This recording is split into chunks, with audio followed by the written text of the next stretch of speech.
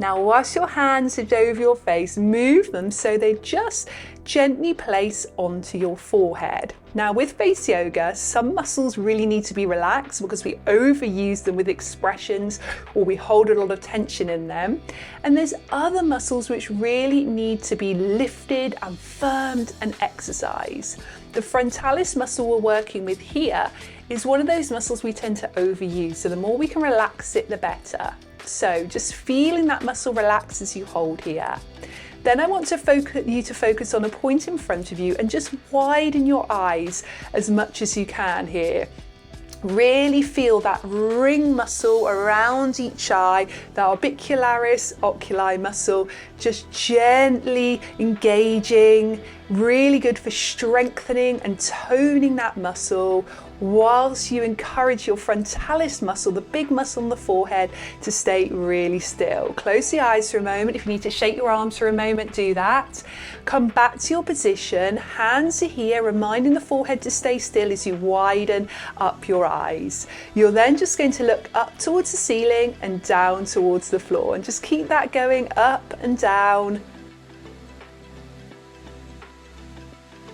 So you're just going like this, gently just squeezing upwards and then lifting off. Then take that again, squeezing upwards, lifting off, squeezing the skin, lifting off. I'm going to show you a little bit closer here just so you can see what I'm doing here, and lifting off, taking that again and come up, and then the other side. So really, really good.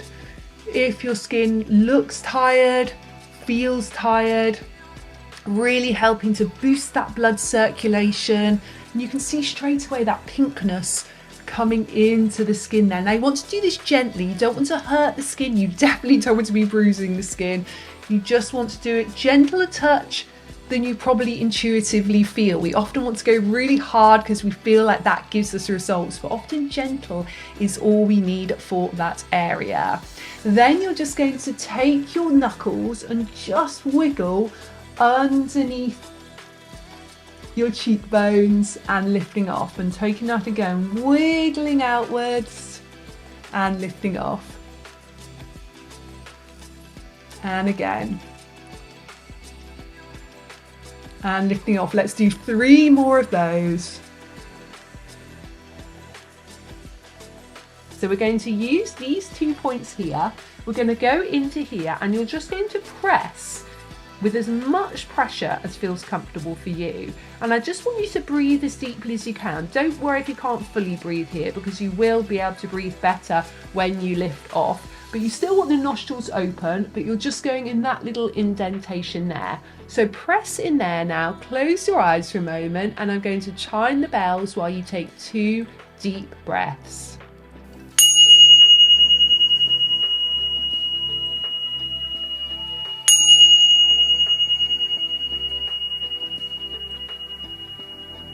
Beautiful. And then just bring your hands gently off. Next, we're going to work on really reducing stress and helping the circulation at the side of the face. So knuckles into this position, and we're going onto the temples. And this time we're going to massage rather than hold. So starting off by massaging in one direction whilst I strike this beautiful bowl. And then massage in the other direction now. Take a lovely long deep breath whilst you still just massage in that area, really feeling your mind calm, and then just bring your hands gently down.